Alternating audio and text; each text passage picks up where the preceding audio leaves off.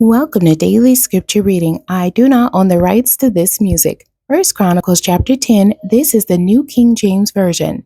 Now the Philistines fought against Israel, and the men of Israel fled from before the Philistines, and fell slain on Mount Gilboa. Then the Philistines followed hard after Saul and his sons, and the Philistines killed Jonathan, Abinadab, and Malchijah, Saul's sons. The battle became fierce against Saul. The archers hit him, and he was wounded by the archers. Then Saul said to his armor-bearer, "Draw your sword, and thrust me through with it, lest these uncircumcised men come and abuse me." But his armor-bearer would not, for he was greatly afraid. Therefore Saul took a sword and fell on it.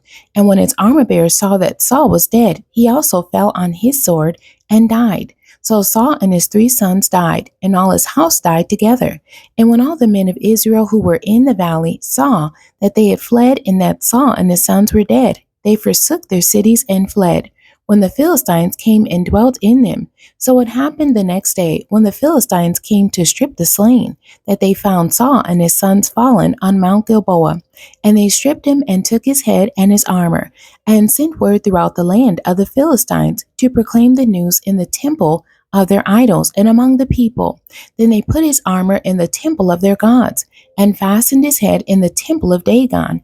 And when all Jabesh Gilead heard all that the Philistines had done to Saul, all the valiant men arose and took the body of Saul and the bodies of his sons, and they brought them to Jabesh, and buried their bones under the tamarisk tree at Jabesh, and fasted 7 days.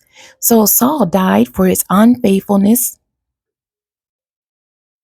which he had committed against the Lord, because he did not keep the word of the Lord, and also because he consulted a medium for guidance.